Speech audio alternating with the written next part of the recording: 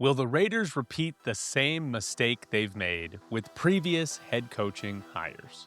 What's up? This is Technically Correct with Tyler Bischoff. On today's show, is a failed head coach the right move for the Raiders again? What about a trade for Mike Tomlin? Plus, Mitch Marner plays the Toronto Maple Leafs for the first time, and Dante Moore has made the number one pick even more valuable.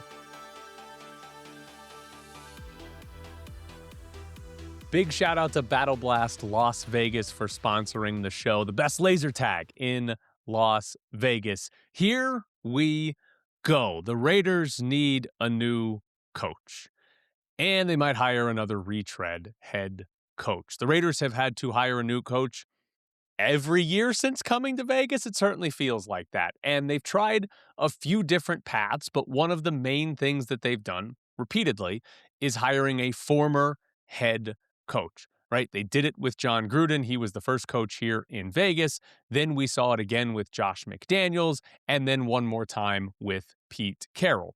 And none of those has worked. Now, to be fair, they hired Antonio Pierce, who had never been a head coach before, and it didn't work out. It was a disaster. Granted, he had never even been a coordinator, so there's a big chasm there between Antonio Pierce and everything else that they hired or could have hired.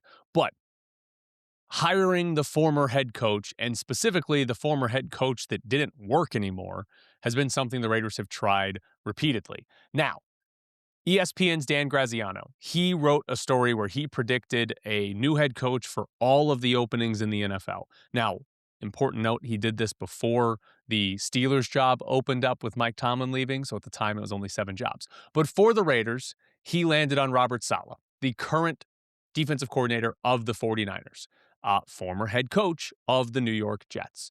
When Saleh was the head coach with the Jets, he never had a winning record. He was 20-36 and was fired 5 games into his 4th season. Now, for Robert Saleh, if you look at his current job as 49ers defensive coordinator, they're 24th in EPA per play on defense this season. That's worse than the Raiders. The Raiders defense was 20th in EPA per play. San Francisco gave up more yards per play this season. The Raiders did give up more points, but it's probably fair to blame that on how bad the offense was and how little time they spent on the field, especially compared to what the 49ers offense does. The positive side for Robert Saleh is if you look at his time with the Jets, and again, using EPA per play, the Jets were dead last in the NFL on defense in Robert Saleh's first season as their head coach. His second season, they jumped all the way up to 6th in EPA per play. His third season, they were 3rd. And at the time he got fired in his 4th year, they were 4th. So he had this team defensively playing very, very well. Now, the offense was bad, but he got the defense playing well. And right now, if I told you the Raiders are going to have a bad defense in 2026, but in 2027 and 2028, you're going to be top 10. That's an easy yes. That's a yeah, we'll take it. You get this defense to top 10 for back-to-back years? Yes, you will take that immediately, right? But Saleh was also a defensive coordinator before taking the Jets head coaching job. And similarly, his first 2 seasons in San Francisco as the DC, bad defenses. His last 2 years before he took the Jets job were good defenses. And if you look at it as a whole, when he's been a defensive coordinator or a head coach, he's had 4 bad years, 4 good years, and then 1 partial year where he got fired 5 games in that was good. So it's kind of 50-50. The optimistic side, you look at it and say, okay, well, his first years were bad, but once he had been there for 2, maybe 3 years, that's when the defense started to take off. But here's the issue. Robert Saleh has already gotten the head coaching job where he gets paired with a high draft pick quarterback, and it doesn't work, right? It was Zach Wilson at the time. If you listen to this show throughout the week, you'll know that Zach Wilson and Fernando Mendoza had very similar senior seasons or final seasons at the college level. But Robert Saleh took over the Jets. They used a 2nd overall pick on Zach Wilson, and the offense was terrible. Fun fact, Mike LaFleur was the offensive coordinator for those first 2 years.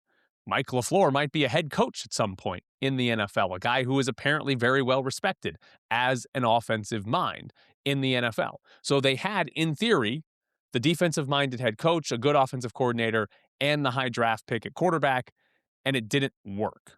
So the Raiders would be doing the same exact thing, and you'd be hoping that Fernando Mendoza is better than Zach Wilson. It's not much of a stretch to think that he will be, but that's what's going to happen. And Robert Saleh is going to have to hire a good offensive coordinator, which this is, I think, the big problem when it comes to hiring any defensive-minded head coach. For that to work out, if you're going to hire a defensive-minded head coach, that means three things have to go your way. One, that head coach has to be good. Two, he's got to go hire a good offensive coordinator. And three, Mendoza has to work out. Now, Mendoza has to work out for the next coach to be successful no matter who it is. That's the reality of this job. But if you hire a defensive-minded head coach, you're adding in the need to hire a good offensive coordinator. Whereas if you just hire the offensive-minded coach, you don't have to hire an offensive coordinator. You got him right there. You got the offensive play caller, and now defense is not as important in the NFL to winning. That's been proven out, and it fluctuates a lot more from year to year. Robert Saleh showed it from 32nd up to 6th in 1 year. So I would not be interested in a defensive-minded head coach with Fernando Mendoza coming in. Some other predictions, by the way, from Dan Graziano as he went through those. The Cardinals were the team to land Clint Kubiak. The Falcons were the team to land John Harbaugh. Kevin Stefanski was going to Baltimore, Mike McDaniel to Cleveland, Chris Shula to Miami, Jeff Hafley to New York, and Matt Nagy to Tennessee. I'm a little disappointed. It's a little uncreative because of the 8 openings. He had 3 going to head coaches that just got fired and 2 more going to coordinators who were previously head coaches. Only 3 names on there haven't been a head coach at all anywhere. A little more exciting there. Now, the coaching news of the week, though, was in Pittsburgh where Mike Tomlin stepped down. Wasn't fired, which is a key detail because the Steelers still have his rights. So if Mike Tomlin wants to coach anywhere else, you have to go and trade for him. You can't just hire Mike Tomlin right now. You have to go and trade for him.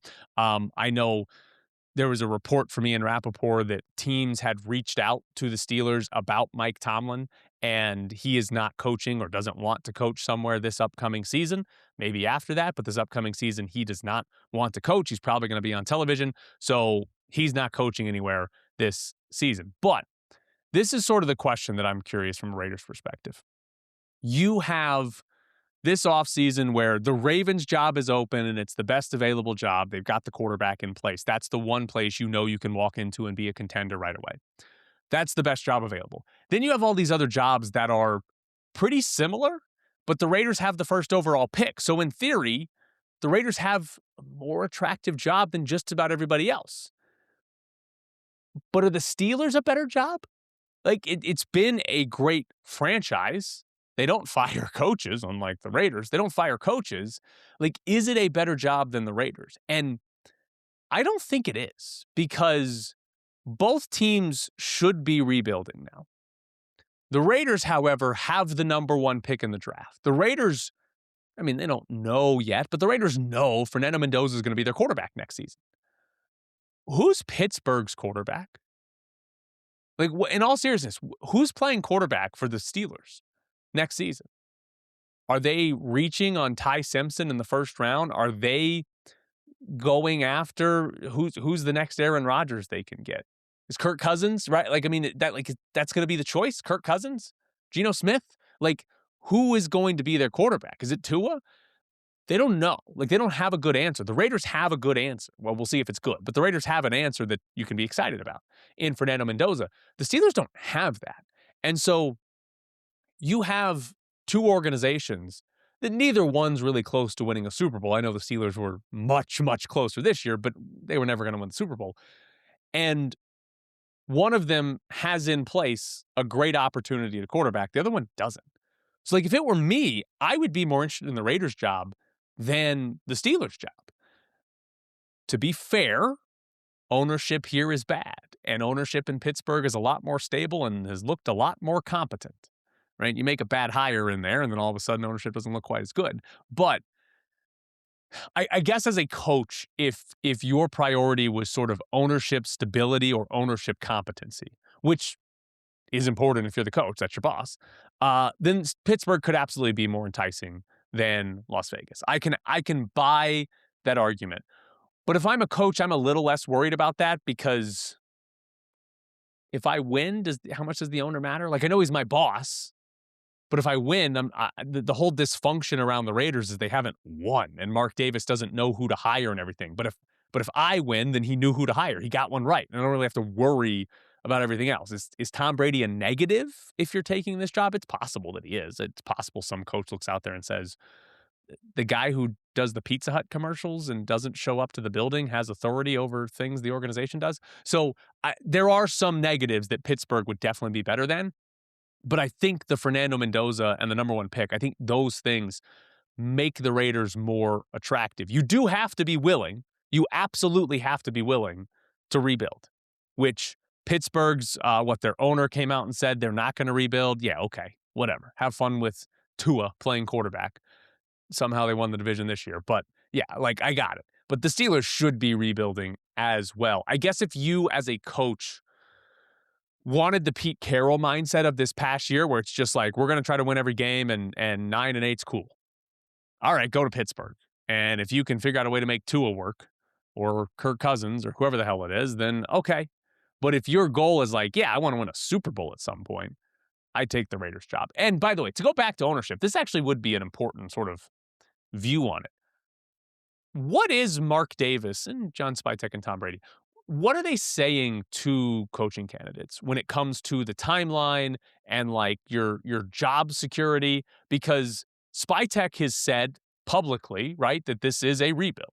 He basically said we don't expect to win 10 games next year. So in theory, like, if you take this job, you should be in really good shape to be here for 3 years, right? I think, an 0-17 season changes the math on that.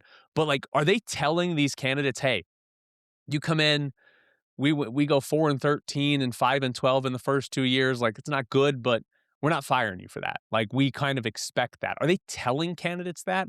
Or is Mark Davis over here saying, oh, we might not make it this year, but year 2, you better win 10 games for us and put us in the playoffs, right? Like, that's what I'm curious to know, because I think that would change the attractiveness of this job as well. Because if there's unrealistic expectations, then how do you take the job, right? Like, Spytek hasn't said this. I doubt the Raiders are actually saying this, but like, if you interviewed for the Raiders job and Mark Davis said, well, how do you get us to the playoffs in year 1? I might not take the job if that were the case. I'd be like, we're not? Like, what do you mean? How do we go to the playoffs? We're not going to the playoffs. And if that's your expectation, I might not take the job. Although you might get fired and then get the buyout, and that's like the dream, isn't it? So maybe I would. But that could also lead to this being a less attractive job than the Steelers and other jobs across the NFL as well. Battle Blast, been serving Las Vegas since June 2012 with the very best in family entertainment. We are proud to provide the best facility, equipment, and service possible. Strap on laser tag vests, step into the 5,600 square foot 2-story arena designed to look like a worn-torn city street. An exciting atmosphere filled with exhilarating music, blacklight effects, and fog. Battle Blast also features a viewing deck for those not playing can watch players vest up and catch a view of the action going on in the arena. In between games, check out our arcade and prize center and enjoy tasty treats from our snack bar. Birthday parties, sports teams, group outings, and corporate events. Battle Blast does it all. We want to make your Battle Blast experience so good you'll want to return again and again. Battle Blast is the ultimate destination for family fun and friendly competition.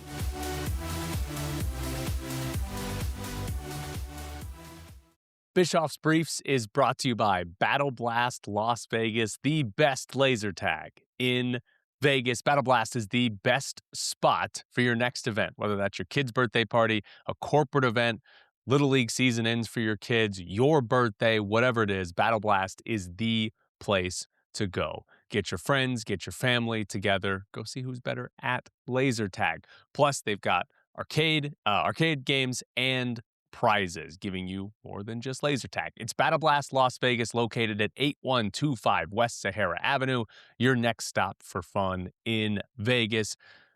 Big thank you to Battle Blast Las Vegas for sponsoring the show.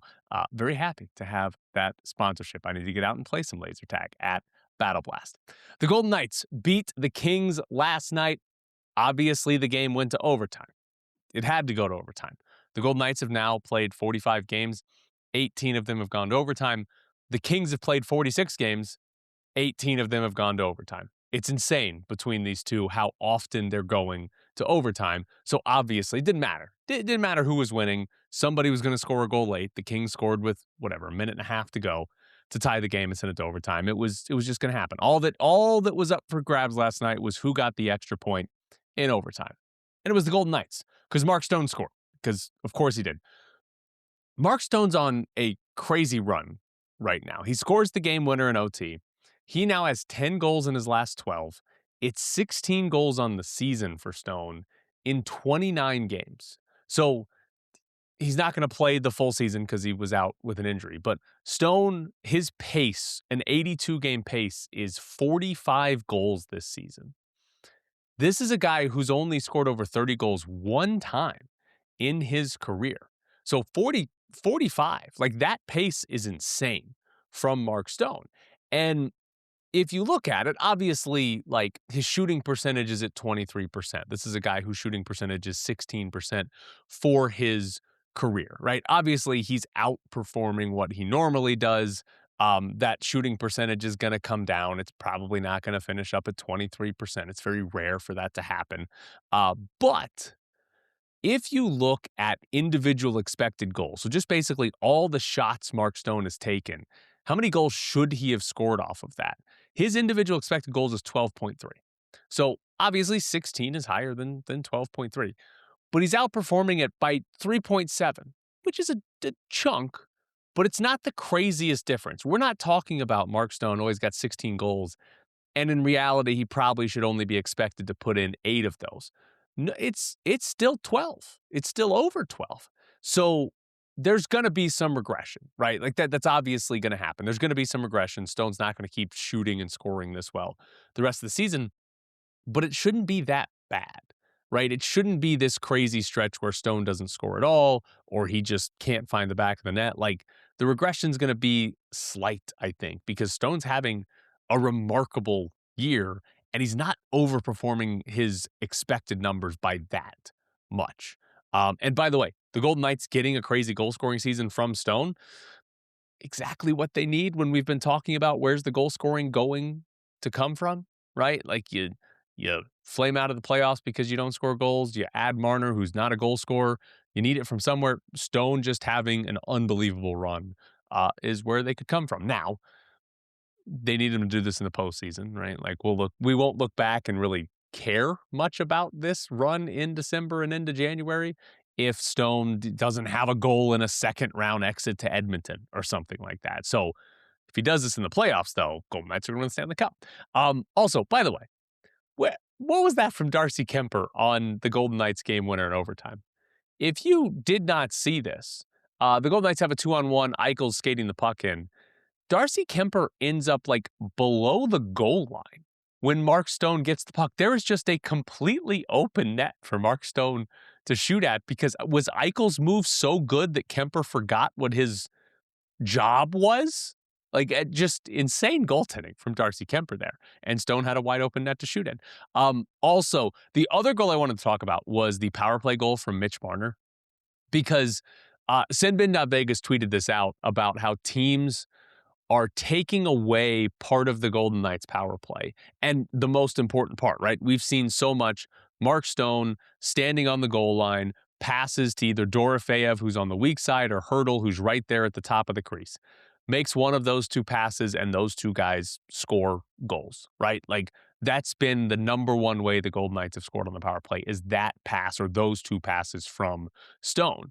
But what teams have been doing more and more is when Stone gets the puck, just having a defenseman lay down on the ice because the length of that person takes away both the passing lane to Hurdle and to Dorofeyev. For Stone to get a pass, he's got to, put some air under it, saucer it over a body and have it land to Pavel Dorofeyev. And if he does that, I think if you're the other team, you say, all right, good job.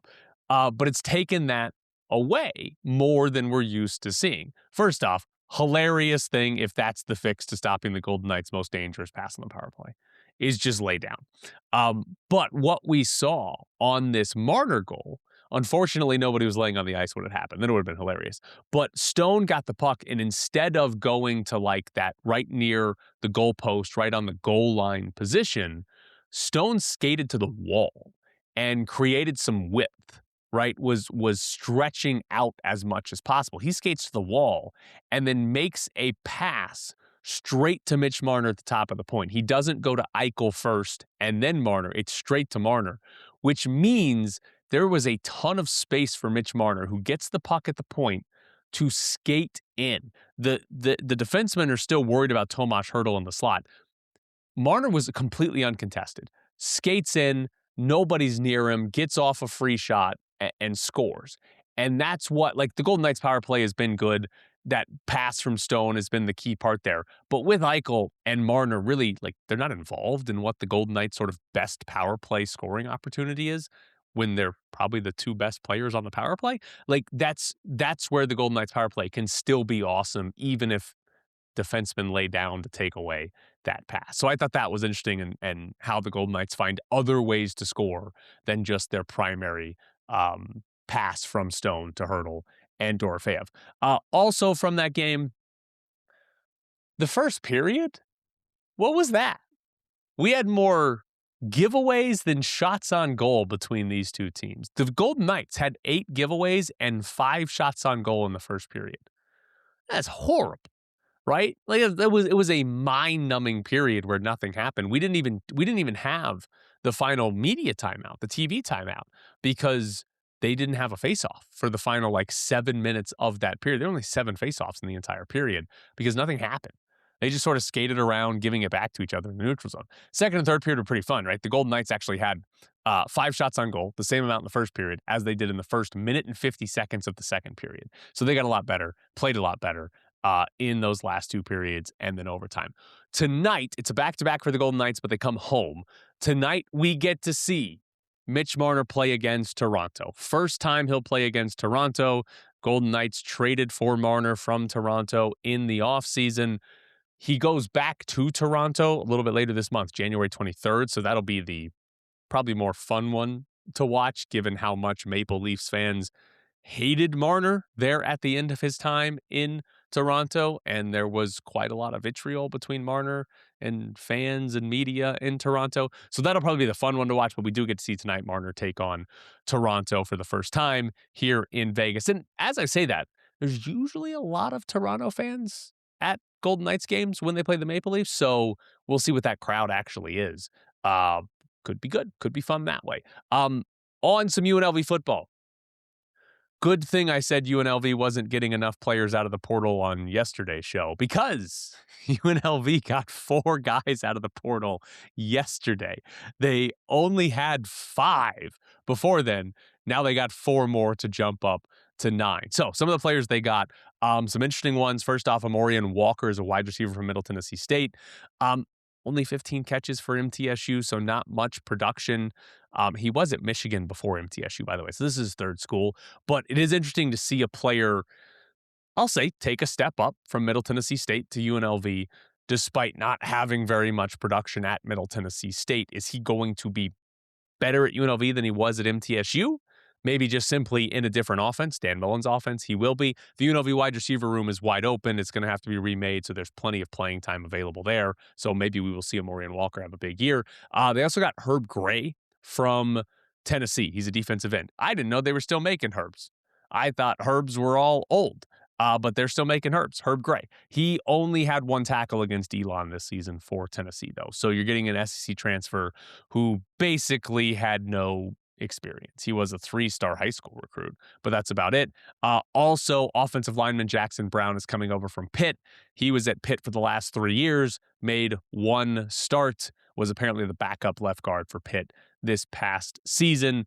24/7 Sports, who ranks recruits and transfers, no stars for any of these 3 transfers. So UNLV did not land, at least according to 24/7 Sports, some highly sought-after transfer portal guys yesterday, but looks like guys that could come in and start for UNLV, or at least be some depth there. The 4th guy they got, though, was D. Creighton, a linebacker from Clemson, and he's been at Clemson for 3 years. Total of 28 tackles over those 3 years, but 24/7 did have him as a 3-star transfer recruit. Is recruit the right word? I don't think it is, but 3-star transfer. So yesterday I said, like, UNLV's 2026 season, it may simply hinge on how many defensive starters they get out of the portal. Between Creighton and Gray, they might have gotten 2 yesterday. We'll see how good they actually are, but they might have gotten 2, plus a lineman, plus a potential starting wide receiver. So we'll see how accurate 24/7 Sports is, but UNLV got 4 guys out of the portal, almost doubled the amount of players that they had in the transfer portal before yesterday.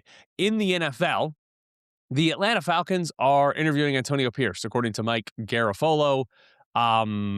The Giants and Falcons have interviewed Antonio Pierce. We'll get to the Giants and Harbaugh in just a second. Why though? Like what's the point? Like nobody's hiring Antonio Pierce, right?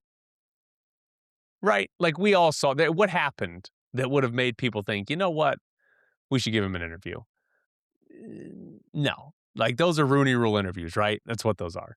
Now, on the Giants, John Harbaugh is reportedly going to be the next Giants head coach. Adam Schefter and Rappaport have all reported that is going to happen. So that did not take long for Harbaugh to go from fired by the Ravens to getting the Giants head coaching position. Interesting. It does not appear as though John Harbaugh gave the Raiders any sort of shot. So that's not ideal because if you look back last year, Ben Johnson was the top candidate and the Raiders at least talked to Ben Johnson. But as soon as the Lions season was over, Ben Johnson took the Chicago Bears job. And I can't remember who reported it, but somebody reported a couple of months ago that the Raiders didn't even get a chance to offer him a contract or offer him the Raiders job. He was taking the Bears job. So that's now 2 off seasons in a row where the sort of top candidate doesn't take the Raiders seriously. Understandable last year, Caleb Williams versus no quarterback.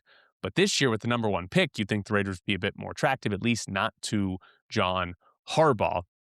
He gets Jackson Dart in New York. I'm going to guess he views that as a positive. Otherwise, he might not take the job. They should have a great defensive line, too. Like between Dart and the defensive line, like you can be optimistic about the Giants and how good they could be. And now with Harbaugh in place, they're going to the Super Bowl, obviously. Harbaugh needed to upgrade from Lamar Jackson to Jackson Dart to go win another Super Bowl. That's what he's doing there. So Harbaugh takes the Giants job, and we'll see what he does. Probably biggest thing there is going to be, does he make a good hire at offensive coordinator?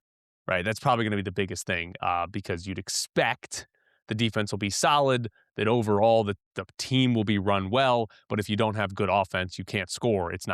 None of that's going to matter. If he can hire a good offensive coordinator, the Giants will probably be pretty good for the next couple of years. Also, 2 days ago, Joe Lunardi put out a new bracket for ESPN and his bracketology, and he tweeted out a graphic to highlight like the top 4 seeds and the teams that were on the bubble. And in his graphic that he tweeted out, he had New Mexico as one of the last 4 teams in and one of the first 4 teams out. So good work there by Joe Lunardi. In his actual bracket online, he had New Mexico in the field, not out. They were in. So Lunardi had 2 Mountain West teams that were in the NCAA tournament. Utah State, who was a 7 seed, who's the best team in the conference, and then New Mexico as one of the last teams in as a 12 seed. So just looking right now at like KenPom ratings, right? Utah State's in pretty good shape. They're in the top 30. They should get in. New Mexico and San Diego State are sort of in that 50 to 55 range. Those are going to be your bubble teams in the Mountain West. Depends on, obviously, how they do. But then you go Nevada, Boise State, the loss to UNLV might have killed them. Nevada, Boise State, Colorado State, Grand Canyon, those schools are sort of in that 70 to 90 range, which they're not likely to get in, but they're close enough that if they go on a run here in the last, 14 Mountain West games left, 15 Mountain West games left. If they go on some sort of run, they could play themselves into, hey, they're now 51st in KenPom and they have a shot and stuff like that. So probably not going to be in, but it wouldn't be too surprising if one of those teams went on a run like that. The interesting part is if you sort of forecast the future here, which is what UNLV basketball always has to do. But if you look towards the future, Utah State, Boise State, Colorado State, San Diego State, all gone to the Pac-12. New Mexico still around. Grand Canyon will be too, and Nevada, right? But right now, the teams that are in the Mountain West next year, New Mexico's close to the NCAA tournament. in the NCAA tournament potentially. But there's nobody else that's really even close to sort of the best program or best team or best option to get into the NCAA tournament. And if you look back over the last decade, the teams that are going to be playing in the Mountain West next season, 10 years, there are just 2 NCAA tournament appearances by these teams where they got a single-digit seed. And both were by Nevada under Eric Musselman. No team in the new Mountain West has had a single-digit seed in the last 5 years, right? Grand Canyon, Nevada, and New Mexico have all made it in the last 5 years, but it's never been like safely and as a 7 seed. It's been as a bubble team type of performance. Wyoming and UC Davis have also had some NCAA tournament appearances, but they were double-digit seeds. The reality for Mountain West basketball is like New Mexico and Grand Canyon are probably the safest bets to make the NCAA tournament, and they're not even going to make it every year, right? How often are they good enough for at-large spots? Not single-digit seed good. UNLV and Nevada should be sort of next in line, if not on the same tier as New Mexico and Grand Canyon.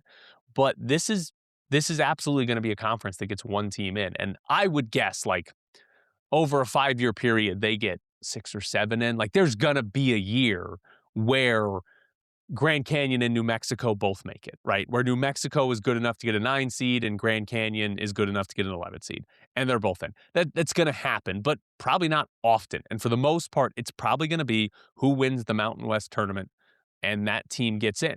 And if it's the top team in the conference, maybe they snag a 10 seed. If it's like the 4th or 5th team in the conference, they get a 13 seed. That might be the reality of this for the Mountain West, which is tough. NCAA tournament expansion is probably going to happen, so that would, in theory, help some bubble teams, right? If New Mexico, Grand Canyon, UNLV, Nevada, if any of these teams are like on the bubble, more spots means you're more likely to get in, so that could help out as well.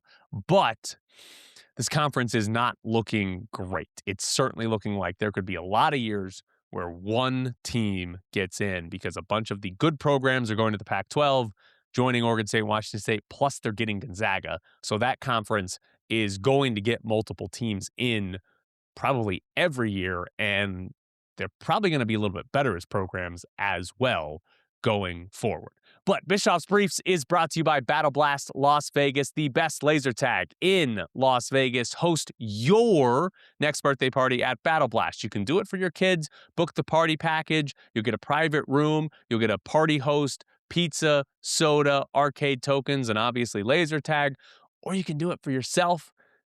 We don't want kids. You go with the adults, right? Do it for yourself. I'm going to go down there and have some fun at Battle Blast. It's Battle Blast Las Vegas, located at 8125 West Sahara Avenue. Your next stop for fun in Las Vegas. I have a Patreon, patreon.com/technicallycorrect with Tyler Bischoff. There should be a link in the description of the show. If you want to support me, check that out. I wrote a story there. I might do some writing there about UNLV basketball, looking at Josh Pastner, how he's built rosters in the past, sort of his view on the timeline, and if that's still applicable to college basketball with the transfer portal, because all of his coaching experiences was before the transfer portal. So is UNLV kind of screwed because of that, or is his plan still going to work? So if you want to check that out, it's patreon.com/technicallycorrect with Tyler Bischoff. There's 3 different options. There's a $1 option, a $5 option, and a $25 option. So if you want to support me, you want to read that, check me out on Patreon. I'm going to have some more content, some bonus technically correct content there all the time now. That's the plan. Now, in the NFL, or technically in college football, we got some big news for the draft as Dante Moore is going back to Oregon. Moore was projected to be the number 2 quarterback in this draft behind Fernando Mendoza. The Jets are such a bad organization picking at number 2 that Dante Moore said, no, thank you, I'm going to go back to Oregon. But he's going back, which means this draft class from the quarterback position, boy, Fernando Mendoza, is almost certainly going to be the number 1 pick in the draft. Then the drop-off is kind of wild here because Ty Simpson, Alabama's quarterback, is the likely number 2 quarterback in this draft. He's probably not a first-rounder, but because he's the second most likely quarterback to get drafted, there's a chance he does go in the first round. Does somebody talk themselves into it and trade into the back into the first round? Does somebody try to do what the Packers did with Jordan Love and say, hey, come sit for a couple of years behind Matt Stafford or whoever would do that? So maybe, but it doesn't seem like people think he's truly a first round prospect. And then the third quarterback is probably Trinidad Chambliss, right? And he wants to go back to Ole Miss. They're trying to get a waiver and fight the NCAA to go back for an extra year of eligibility. Chambliss, I'll say this, excellent college quarterback. Not 100% convinced he'd be any good in the NFL, but like that's your number 3 quarterback in this scenario. So this draft class is quite bad, which means a couple of things. But the main one for the Raiders, the number 1 pick is much more valuable now, because if you're a team that needs a quarterback, and there are lots of teams that need a quarterback, there's really only one name you want to walk out of this draft with, and it's Fernando Mendoza. And so the number 1 pick is more valuable. One, the Raiders' successful tank job is very important because it got them the number 1 pick and not falling back to the number 2 pick, right? Back during the season when I was saying the Raiders need to tank, the Raiders need to lose, there were people commenting saying, oh, it's fine if they fall to 2. You know, the Giants could be at 1 and they won't need a quarterback, or they can just trade up. Can you imagine if the Raiders were picking 2 behind the Jets right now? That'd be a disaster. It'd be like, well, they're not getting a quarterback, right? So tanking, very important, everybody. And it's a good thing the Raiders tanked for the number 1 pick. The other part of this, though, that I'm kind of curious about, and this is like, I don't have a way to quantify this. So I don't know if there's any truth to this or not, or if it's just me sounding like an idiot, which happens a lot anyways. But the overall quarterback play in college football this season, or we'll say the lack of NFL-ready quarterbacks in the NFL this season, does that make Mendoza worse than we kind of all think right now? Right? Mendoza had a good season. He didn't have an all-time great season, but Mendoza had a good season. Are we thinking he's better than he is because we've been comparing him to the other quarterbacks of this draft class, and they all suck? Or they're not, NFL-style quarterbacks, right? Like Diego Pavia at Vanderbilt is not an NFL quarterback, right? Trinidad Chambliss might not be an NFL quarterback. Those 2 guys had really good seasons, but like, is the comparison for Mendoza like really bad? And that makes us think Mendoza is better, right? Ty Simpson's coming out. He's probably going to be the second quarterback taken. Ty Simpson was really good in the first half of the year, but was bad. I mean, Ty Simpson sucked in the second half of the season, like was really bad. Dante Moore decided to go back. If you look at preseason, Arch Manning was going to be the top quarterback. Arch Manning had a disappointing year. Lenoris Sellers at South Carolina was a potential first-round pick. He was horrendous for South Carolina. Garrett Nussmeier at LSU was supposed to be a first-round pick. Nussmeier did not have a good season and then got hurt, halfway through the season or whatever it was. So, like, I don't know. To me, like, I'm trying to quantify, I guess in my mind, does that mean anything about Mendoza? Because I'll say this. I personally am not like watching college football players with some sort of NFL scouting eye, right? Like I'm not watching this and I'm like, oh my God, that's an NFL throw. It's more or less, are you a good college basketball player or college football player? Fernando Mendoza was a good college football player, but am I just comparing it to a down season of quarterbacks? Because I've said this before. You go back to last year, Cam Ward and Jackson Dart, the 2 quarterbacks taken in the first round of the last draft, had significantly better statistical seasons than what Fernando Mendoza put up this year. And so if Fernando Mendoza had this season and was coming out in the draft class with Cam Ward and Jackson Dart last year, is he ahead of those guys? Or is he the 3rd quarterback taken in the draft? So, like, that to me is sort of the weird thing is, like, is Fernando Mendoza actually this good? Or are we just comparing him to a really, really, really bad class of quarterbacks? And it's like, oh, well, he's competent, but not actually any good. I don't know. I don't feel like I have a good way to quantify that. I don't know if that just might be a terrible take and people are like, no, he's a good prospect. It doesn't matter who the other quarterbacks are. I'm not really sure, but it just feels like we had such a down year of quarterback play in college football that we're now elevating, well, the best of those options. And it's actually like, well, the best of those options would not have been a top 2 option in like the previous 5 years or something like that. And maybe he's not actually that good. Also, by the way, quarterback play down in the NFL? like Drake May seriously might win the MVP. What, Stafford's probably going to get it, but Drake May, genuinely an MVP candidate? Drake May didn't have that good of a season, right? Like, we just did not have good quarterback play in the NFL this year or college. Is football broken? Did we break it? Did we finally run out of like quality quarterback play, that it's just everybody's bad now? Because we need good quarterback play. That'd be very, very helpful. All right. This has been Technically Correct with Tyler Bischoff. Again, shout out to Battle Blast Las Vegas for sponsoring me. Means a lot to me to have that sponsor. Big deal for us. Also, big shout out to my Patreon. Check that out. Patreon.com/technicallycorrect with Tyler Bischoff. Thank you for tuning in.